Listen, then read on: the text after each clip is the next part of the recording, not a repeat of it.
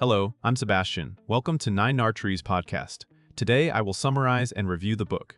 Bitcoin is for Everyone by Natalie Brunell presents an accessible case that modern money is failing ordinary people and that Bitcoin offers a credible alternative. Drawing on widely discussed issues in monetary policy and banking, the book frames inflation, debt expansion, and financial intermediaries as structural problems that erode savings and concentrate power.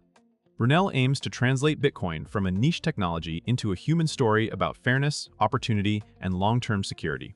Rather than treating Bitcoin as a get-rich trend, she positions it as an open network that anyone can join, use, and verify, regardless of background or geography.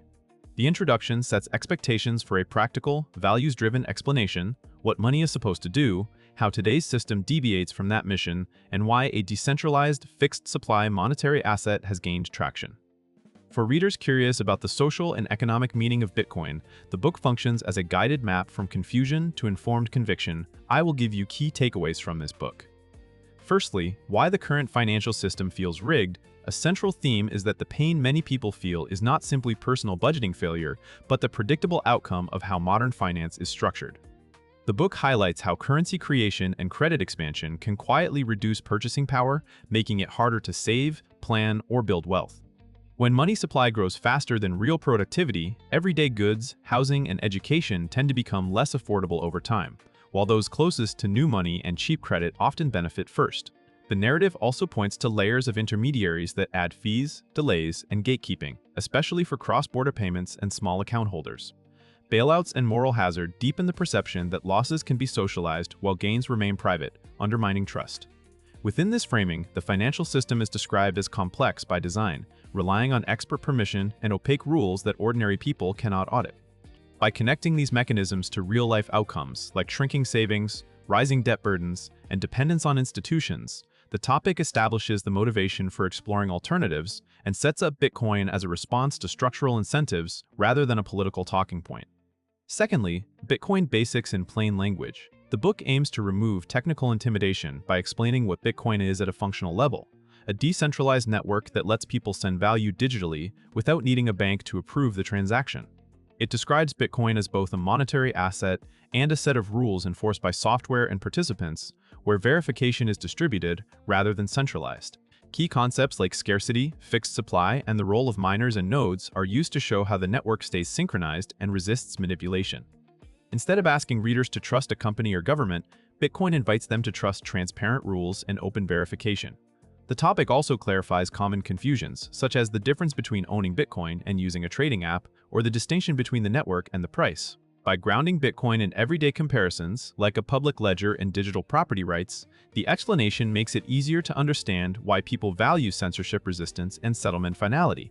The emphasis is that Bitcoin is not a promise from an institution, but a system where the protocol defines the terms, giving individuals a more direct relationship with money. Thirdly, inflation, savings, and the case for hard money. Another major topic is the role of money as a tool for storing value over time.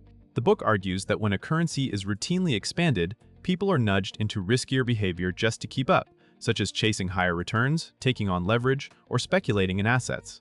This dynamic can widen inequality because those with resources and access can hedge more effectively, while wage earners and small savers fall behind. Bitcoin is presented as hard money due to its predictable issuance schedule and fixed cap, making it difficult to debase. The idea is not that volatility disappears, but that the long-term monetary properties are easier to understand and verify than discretionary policy. This topic also ties monetary stability to personal dignity, being able to save without needing to become a financial expert. By explaining how inflation can operate as an invisible tax and how interest rates can change incentives across the entire economy, the book builds a practical rationale for why a scarce digital asset could matter. The emphasis stays on the life impact of savings protection, long-range planning, and the ability to opt into a monetary standard with transparent rules. Fourthly, self-custody, sovereignty, and personal responsibility. The promise of Bitcoin, as described here, depends on learning a new relationship with money, direct ownership. The book underscores that self-custody can remove reliance on banks and payment platforms, but it also demands care, education, and good security habits. Readers are guided conceptually through why private keys matter, why custody choices change risk, and how convenience can reintroduce the same trusted third parties. Bitcoin was designed to minimize This topic frames sovereignty not as isolation, but as resilience, especially for people who face banking exclusion, capital controls, or payment censorship. At the same time, it acknowledges that mistakes in key management can be costly, so gradual learning and responsible practices are essential. The broader point is that Bitcoin shifts power toward individuals by making money more like digital bearer property, yet that shift comes with obligations to understand the tools. By presenting self-custody as a spectrum, from beginner-friendly approaches to more advanced setups, the book positions Bitcoin education as a form of empowerment. Personal responsibility becomes the bridge between philosophical ideals and practical everyday use. Lastly, Bitcoin as a global, open network for inclusion, the book also emphasizes Bitcoin's social dimension. It is a network anyone can join, regardless of status, nationality, or access to traditional finance. This topic explores how an open monetary system can matter for people facing high remittance fees, unstable local currencies, or limited banking infrastructure. Because transactions can be sent directly between participants and validated by the network, Bitcoin can reduce dependency on institutions that may exclude, delay, or surveil users. The narrative often connects adoption to human stories and incentives, why entrepreneurs, savers, families sending money abroad, and even institutions might converge on a shared protocol. It highlights that Bitcoin does not require permission to hold or transfer, and that rules apply consistently across borders, which contrasts with fragmented, jurisdiction-dependent systems. This is framed as a form of equal access to monetary infrastructure, not equal outcomes.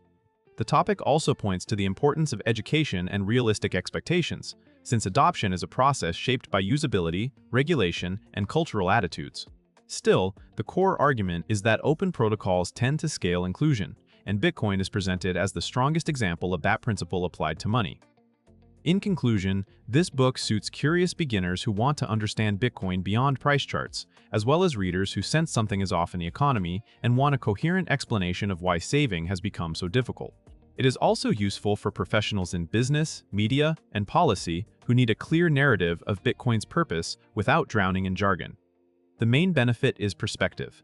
By linking everyday financial stress to structural incentives, the reader can evaluate money more critically and make more intentional choices about saving, custody, and long-term planning.